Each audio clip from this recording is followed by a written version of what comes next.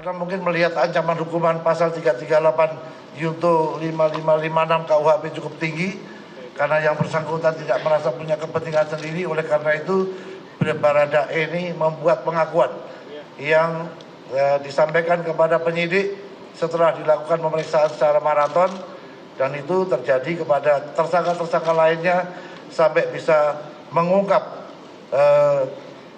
tabir kejadian yang selama ini menjadi tanda tanya masyarakat. Apakah benar terjadi tembak menembak atau ada kejadian lain yang disembunyikan dari laporan yang dilakukan.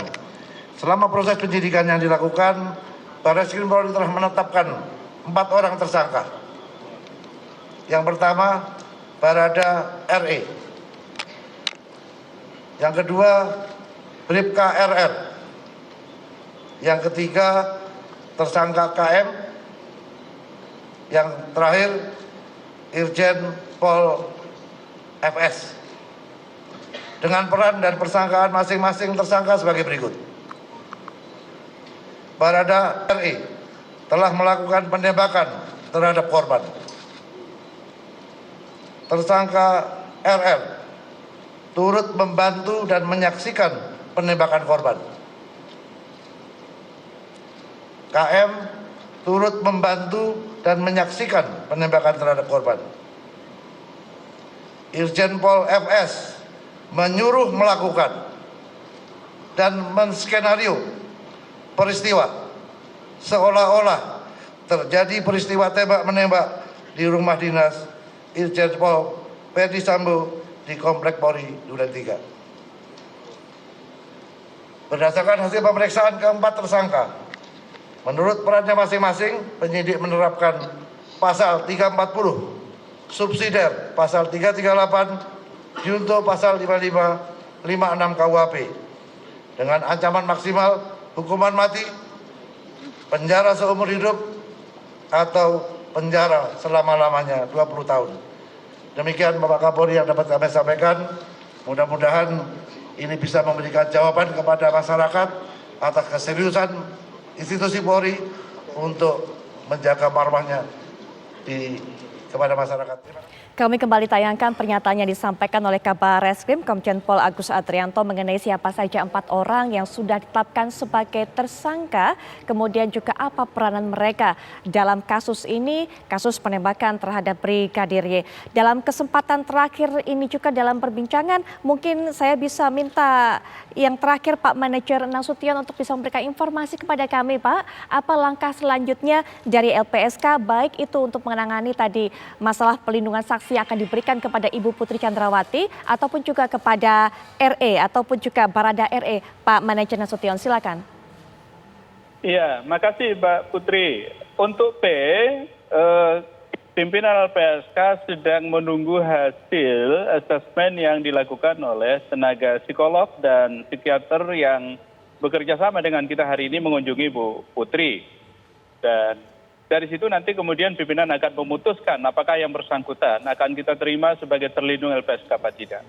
Nah yang kedua soal Barada E, ini juga sebetulnya sudah mengajukan ke LPSK 14 Juli yang lalu, dan ada perkembangan di tengah perjalanan. Ternyata Barada E itu kemudian ditetapkan sebagai tersangka oleh tim susnya Mabes Polri. Nah pertanyaan waktu itu adalah publik bertanya ke LPSK, apakah seorang tersangka itu bisa dilindungi oleh LPSK? Sebagai tersangka tentu tidak, karena dia tidak masuk dalam subjek hukum yang bisa dilindungi. Tetapi ada peluang, waktu itu kita sampaikan, termasuk juga ke pengacaranya E kita sampaikan, termasuk ke E juga sudah disampaikan dari awal, kalau dia pun pelaku, tetapi dia mau bekerja sama dengan aparat penegak hukum untuk mengungkap siapa saja yang terlibat atau siapa pelaku utamanya, dia bisa menjadi terlindung LPSK dengan status hukum sebagai justice collaborator atau saksi pelaku yang mau bekerja sama. Nah, kemudian kita mendengarkan penasihat hukum E kemudian melalui penasihat hukum itu menyampaikan keinginan untuk menjadi GC, dan kemarin kuasa hukumnya sudah datang ke LPSK dan menyampaikan permohonan dari Barada E agar LPSK kemudian melindungi yang bersangkutan dengan status sebagai GC. Nah, hari ini Mbak Putri, LPSK berkoordinasi dengan Bareskrim karena kita tahu bahwa Baradae ini kan ditahan di Bareskrim.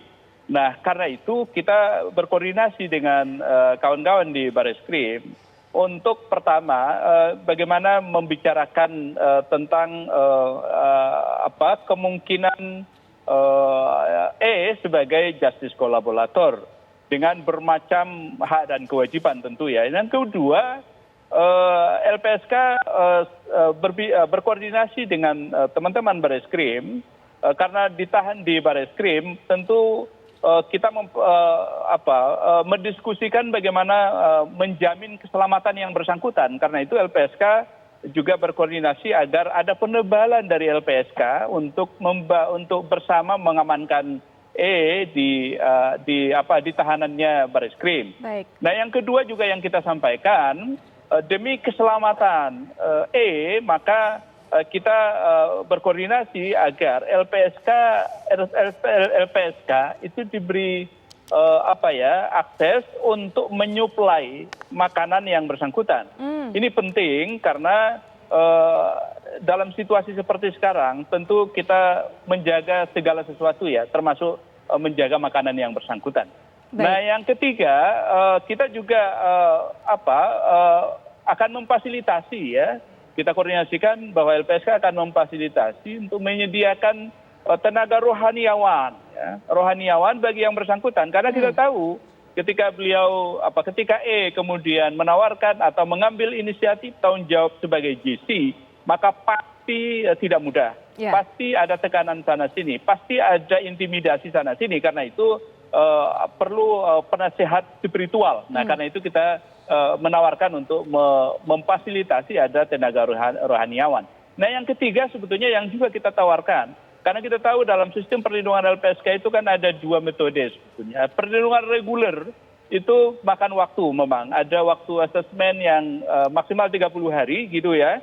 Tetapi ada mekanisme lain, perlindungan darurat yang kalau perlindungan reguler itu kan memerlukan sidang mahkamah pimpinan yang dihadiri dan disepakati disetujui oleh 7 pimpinan. Tetapi yang perlindungan darurat, kalau kebutuhannya untuk perlindungan yang sangat mendesak, sangat darurat, maka bisa kita berikan perlindungan darurat dengan persetujuan 2 pimpinan LPSK. Nah, ini yang sedang kita diskusikan, koordinasikan dengan teman-teman Bareskrim Mabes Polri.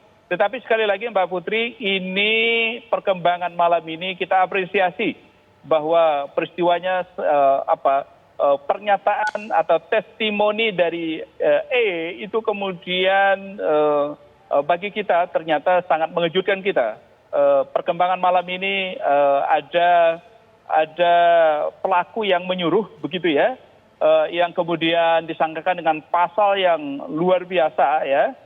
Saya dalam catatan saya mengamati selama ini ya, dalam isu hak asasi manusia, isu hukum dan hak asasi manusia, ini baru pertama ada petinggi lengkap bintang 4, bintang 3 mengumumkan langsung tentang problem ini ya, tentang kasus ini. Nah, karena itu kita apresiasi. Tetapi sekali lagi tugas negara, hadir negara memberikan perlindungan kepada menjadi sangat penting. Karena testimoni ini kemudian menjadi kotak Pandora bagi terangnya peristiwa pidana yang tentu bukan hanya keadilan buat korban, tetapi juga ini masa depan penegakan hukum kita, marwah penegakan hukum kita, dan sekali lagi ini kita dipertaruhkan, masa depan kita dipertaruhkan di sini. Gitu Mbak Putri.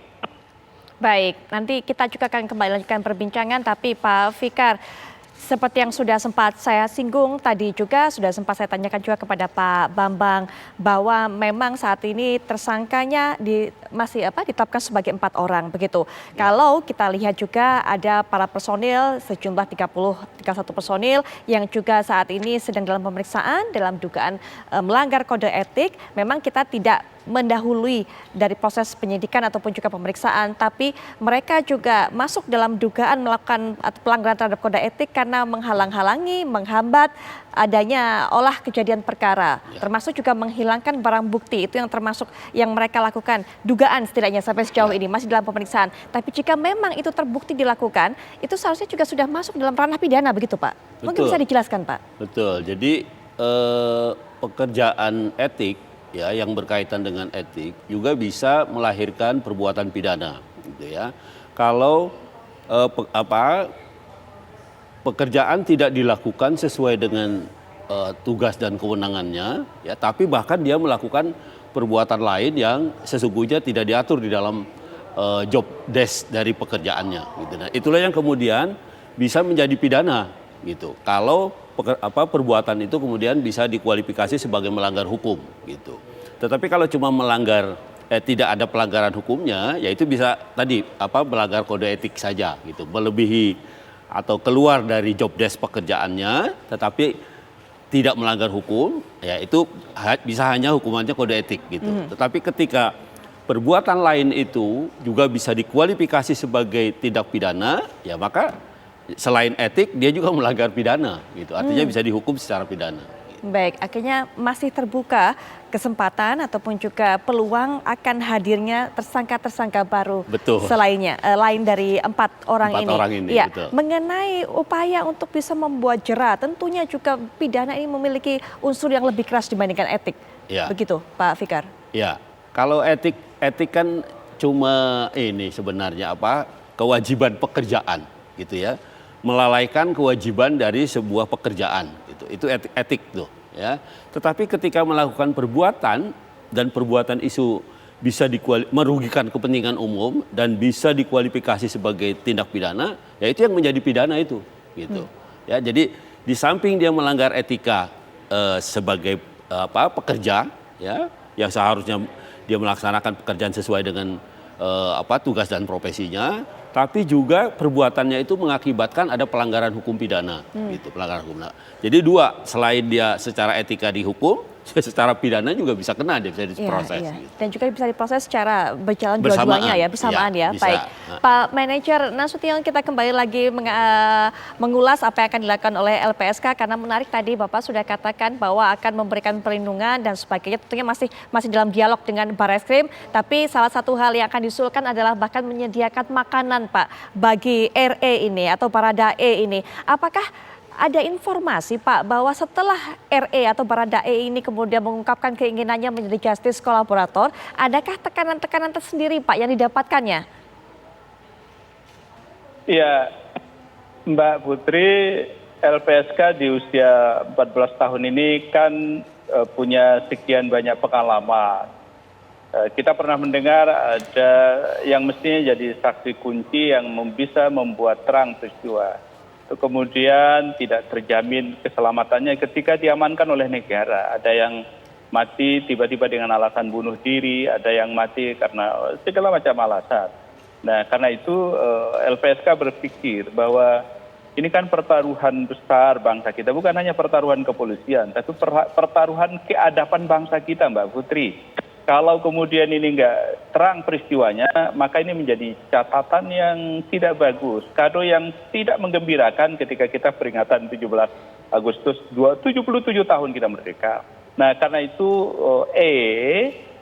tentu bangsa ini harus mengapresiasi testimoninya itu kemudian ternyata itu bisa menjadi kotak Pandora bagi terungkapnya peristiwa. Coba kita bayangkan Mbak Putri, malam ini kita mendengarkan secara terang benderang jelas bahwa ada pelaku yang menyuruh, ada yang melakukan, ada yang ikut serta.